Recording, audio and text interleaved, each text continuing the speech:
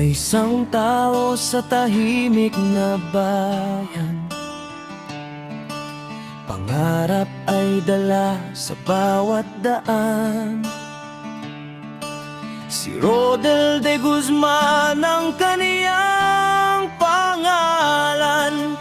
Tahimik man may lakas ang kalooban.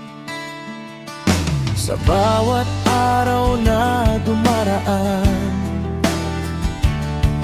may pagsubok na kailangang labanan.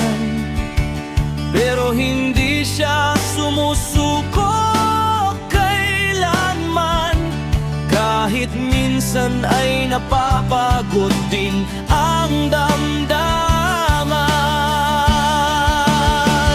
Si Rodel de Guzman patuloy na lalaban. Kahit ang mundo minsan ay mahirap unawain, sa puso niya may apoy na di namamatay.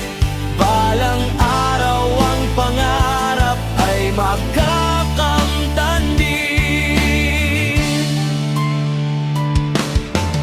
May mga gabing puno ng tanong kung kailan ba darating ang bagong panahon. Pero sa puso niya'y may pag-asa pa rin, na bukas ay may bagong simula rin.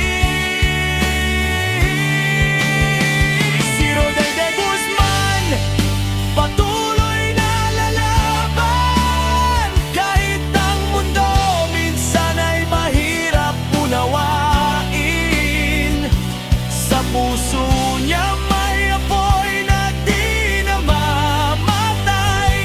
Balang araw ang pangarap ay makakamtan din.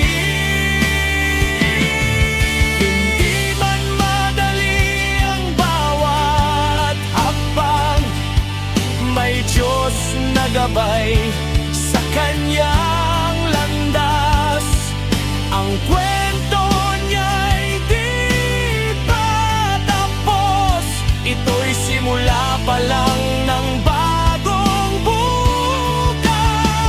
Si Rodel de Guzman di kailanman susuko, kahit ilang ulit pang madapa sa mundo. Ang laban ng buhay ay kaniyang haharapin, at sa dulo tagumpay din ang